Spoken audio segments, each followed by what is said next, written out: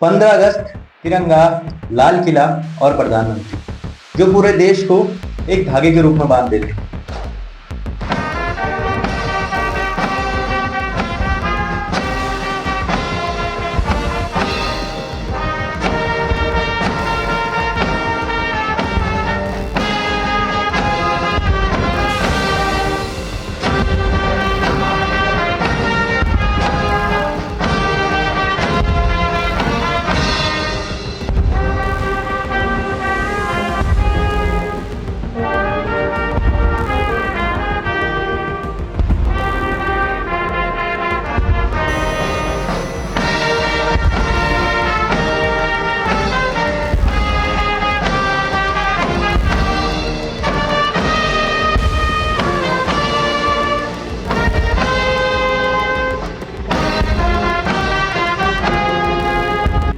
1947 में हमने अंग्रेजों से आज़ादी ली थी, पर सवाल वही है, क्या हम सच में आज़ाद हैं?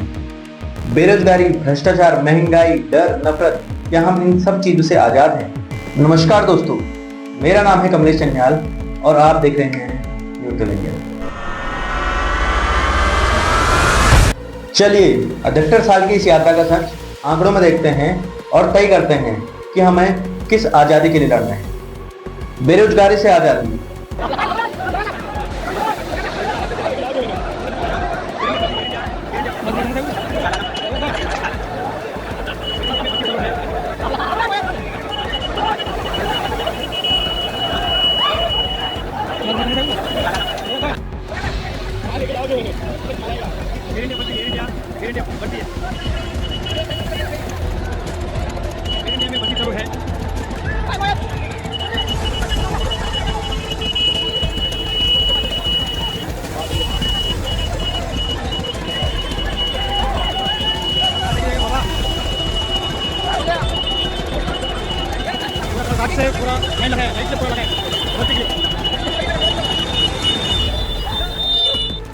CMIE डेटा 2025 के अनुसार राष्ट्रीय बेरोजगारी दर 8.1 है, शहरी बेरोजगारी दर 10.1% है और ग्रामीण बेरोजगारी दर 7.1% है। ILO रिपोर्ट 2024 के अनुसार अर्थात इंटरनेशनल लेबर ऑर्गेनाइजेशन के अनुसार भारत में 5.3 करोड़ लोग ऐसे हैं जिनके पास काम नहीं है और वो नौकरी ढूंढ रहे हैं। और भारत में सरकारी नौकरी का हाल कैसा है, आप पिछले दिनों हुए जंतर मंतर पर SSC प्रोटेस्ट में देख सकते हैं, जिसमें बड़े बड़े टीचर्स से लेकर सारे स्टूडेंट शामिल थे। और भारत में 15 से 29 साल तक यूथ एम्प्लॉयमेंट रेट सिर्फ 34% है। 1947 में हमारे पास हथियार थे, लेकिन आज सिर्फ डिग्रियां हैं। हथियार चलाने वाला आजाद हो गया, पर डिग्री वाला अभी भी कैद है। फिर इसके बाद भ्रष्टाचार से आजादी,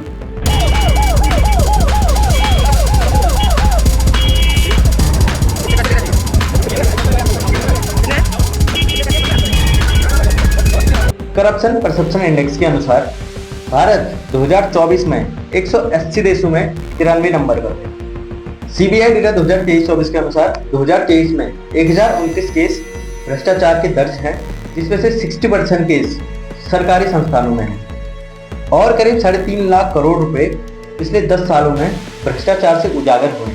तो आप खुद बताइए कि भ्रष्टाचार से देश कैसे लूट रहा है, कैसे बर्बाद हो रहा है। अंग्रेजों ने हमें लूटा था, ये बात सच है, लेकिन हम अब खुद को ही लूट रहे हैं, खुद के देश को ही लूट रहे हैं, खुद के अपनों को ही लूट रहे हैं और हमें महंगाई से भी आज़ादी चाहिए। RBI डेटा के अनुसार भारत में रिटेल इन्फ्लेशन 5.5% है और LPG सिलेंडर दिल्ली में 1150 रुपये का है, दूध 65 रुपया पर लीटर है और टमाटर 120 रुपये पर kg है। एक आम आदमी, एक जो लोअर क्लास आदमी है या एक जो गरीब आदमी है, उसके पास 2 टाइम के लिए खाना खाने को पैसा नहीं होता है, वो इतनी महंगी चीजें कैसे खरीद सकता है। और इंडिया में हाल अभी भी ये है कि एक गरीब इंसान सुबह की रोटी दिन में भी खाता है और दिन का चावल रात को भी खाता है और रात का बचा हुआ खाना सुबह भी खाते हैं, और जिससे बच्चे कुपोषण का शिकार होते हैं। NFHS रिपोर्ट 5 के अनुसार भारत में 35% बच्चे ऐसे हैं जो कुपोषण का शिकार हैं और भारत में मजदूर वृद्धि दर सिर्फ 3.2% है, जो महंगाई से आधी है। देश आजाद है, लेकिन आम आदमी की रसोई आज भी गुलाम है महंगाई और नफरत और डर से आजादी।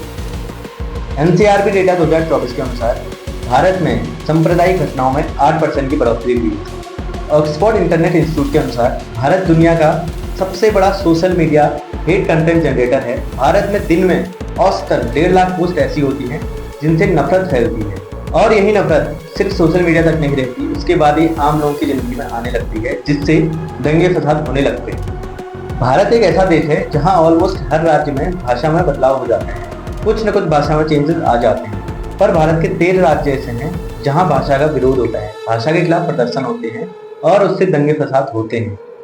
आणि मराठी शिकते बाबा, ए दादा मराठी सीख, मराठी सीख। मग क्या हाँ? मराठी नहीं आता है सीखने का, नहीं तो धंधा बंद कर, तो शेटर बंद करूँ क्या तेरा? बंद करूँ शेटर, मराठी सीख। मराठी कैसे सीखे? मैं बंद कर, ए क्या बोला, आज बोल रहा हूँ, कल से मेरे को मराठी आना चाहिए, नहीं तो ये तेरा शेटर बंद। एक दिन 2 दिन मराठी थोड़ी आदमी सीख जाता है ऐसे। अरे इतना मारेगा ना अभी, मराठी सीखना, मराठी। वो बात सही है, लेकिन हाँ। 1-2 दिन में आदमी नहीं सीख पाएगा ना, हाँ टाइम लगा सीखने का, ट्राई करो ट्राई। हाँ वही बात है ना। हाँ नहीं तो मार खाएगा इधर, पर वापस 10 दिन के बाद में आने वाला 15 दिन। मराठी सीखना, मराठी किसको बोलने का बोल दे, तेरे शेठ को क्या बोलने का, नहीं तो दुकान बंद कर तेरा, बिहार में जा। और इंडिया ने अब नफरत फैलाने में इतनी तरक्की कर ली है। पहले हम जाति के नाम पे लड़ते थे, धर्म के नाम पे लड़ते थे, पर अब हमने इसमें एक चीज और ऐड कर ली है, वो है भाषा। हम भाषा के नाम पे भी लड़ते हैं। अगर कोई महाराष्ट्र में रहता है तो वहाँ के लोकल लोगों के अनुसार उसे मराठी आनी बहुत जरूरी है।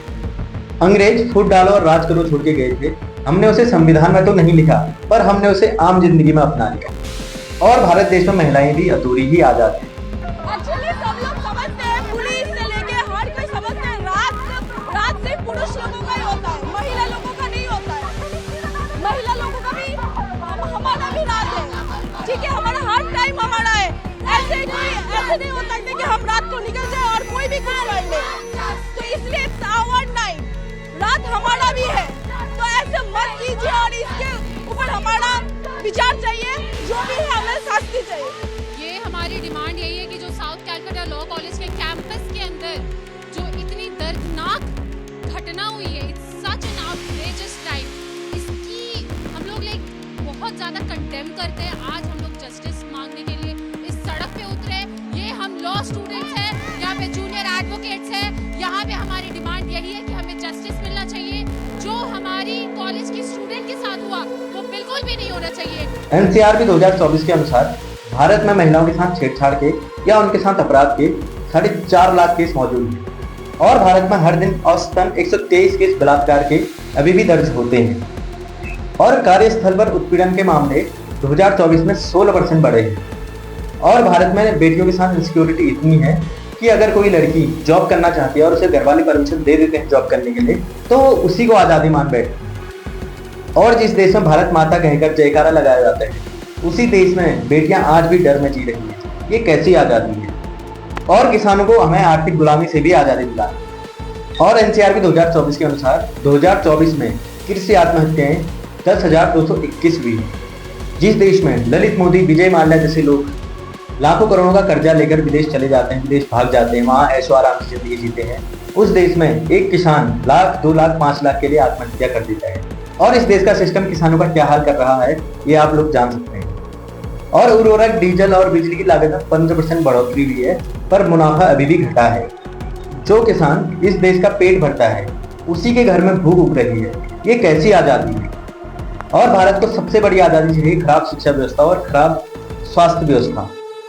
ASER रिपोर्ट 2024 के अनुसार भारत के ग्रामीण इलाकों के बच्चे जो 14 से 18 साल के हैं, वो 8वीं कक्षा की मैथ सॉल्व नहीं कर पाते हैं। तो आप इससे ये अंदाजा लगा सकते हैं कि जो भारत के ग्रामीण इलाके हैं, वहाँ शिक्षा व्यवस्था कैसी है।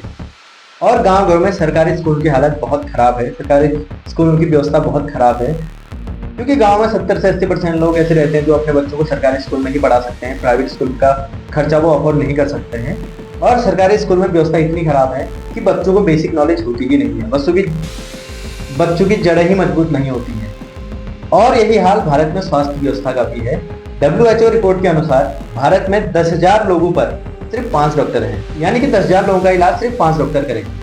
और भारत में स्वास्थ्य बजट भी GDP का सिर्फ 1.9% है। तो इससे अंदाजा आप लगा सकते हैं कि भारत में स्वास्थ्य व्यवस्था की हालत कैसी है। भारत में जो सरकारी स्कूल हो या सरकारी हॉस्पिटल्स हो, सबसे ज्यादा हालत खस्ता उन्हीं की है और इस देश का भविष्य अंधेरे में मरता है और बीमारी से मरता है। ये कैसी आजादी है?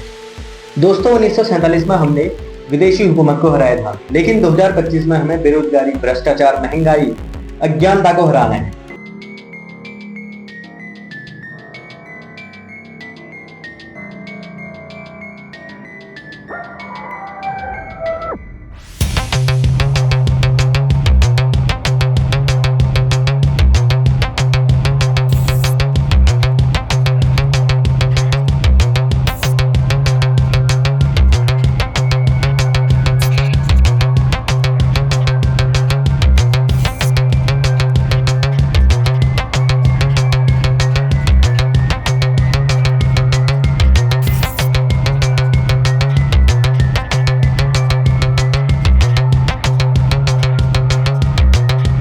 अगर वीडियो पसंद आई तो लाइक कीजिए, शेयर कीजिए, सब्सक्राइब कीजिए और कमेंट बॉक्स में जरूर बताना कि भारत में अभी भी कौन सी समस्याएं ऐसी हैं जिनसे हमें आज़ादी चाहिए।